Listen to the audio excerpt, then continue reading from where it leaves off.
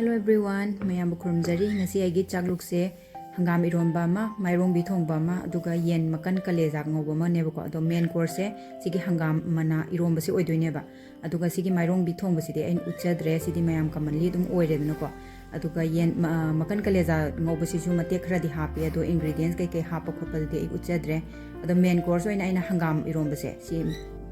post tawjege na sim tang di tawjarage mayam the हंगाम से मोय मयांगी हंगाम मखोक सांग बिदुने बको अदो अनौबा पानखलप दुने अनौबा फंगबदो अदो यम हावे से चंफुट फुलसु दम हावे बको अदो आलू ने मोरक ने तोरगा समाय फुटजरे अदुगा समायना इंहली कांदा आइना सोमदा येन मकन कलेजा खरा ngौजरे कोइगी दुम चुमनगी कोइना मरु मरांग लौ चनम तोरगा दुम ngौजबदुने अदुगा हंगाम थाउ द ngौजरे आलू खितंग हापे खामेन सिम खितंग हापे अदुगा समाय तोरगा मकन कलेजा जिंगे मसुंग मसुंग कोइगी कक्थलेबको मपुम मपुम हापरे अदुगा अदुमाय तवे अदु मखों मरिन के हाप खोप तौदो हाउदी हाउबने अदुबु फंगदेबको अदु फंगदबने मकन कलेजा सिदंग ओइना आलू ने खामेसिने तौरगा ngौजरे सुमायना अदुगा फदिगोम थाचनबिरनी अदु फसना ओखाइबेरका दुम लोइरे सिमदि आइना रेसिपी सिमदि हापरेबको दुम याना जुदुम खंगे याम हावे सिगी मकन कलेजा ngौबसे एदी बॉयलर गी खंगदे अमा खंगदे मसा चादोय सोकदे दिना मकन कलेजा ngौबसे हेना पामजे तो आलू खितंग हापगा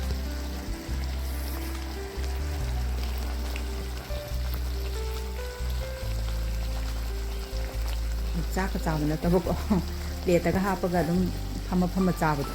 अदु याम हाउजे एदी चाक चाबदे क्या पामजदेबको तो मैम इरोनब अना मोरकने गारी ने थुमने तौरगा खोन सुगाइरे nga मचेट अमा हापगा को अदुदुगा कोइगी से हंगाम ngसाइगी हंगाम दो अदुदुनने अना ने इंहलगान मही सुंतोगा कोइगी मकक मकक कथला थमेब सोइदोगा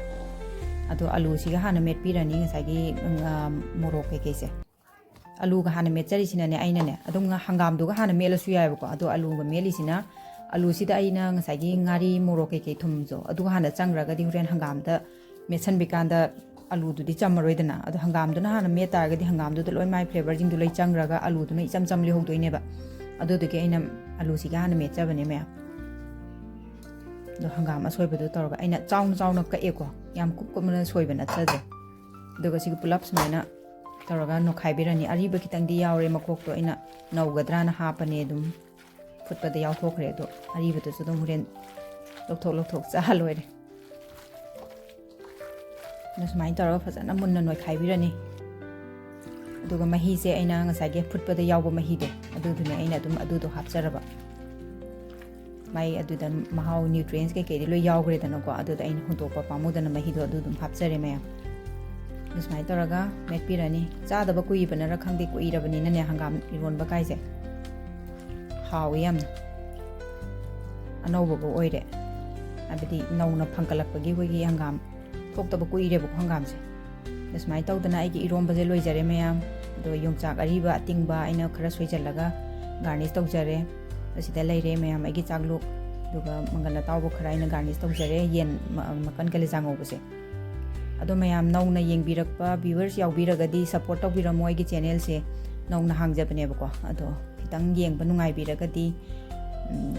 सपोर्ट तौबिरमो लाइक सब्सक्राइब तौबिरमो शेयर तौबिरमो कमेंट पिबिरमो So thank you for watching my video.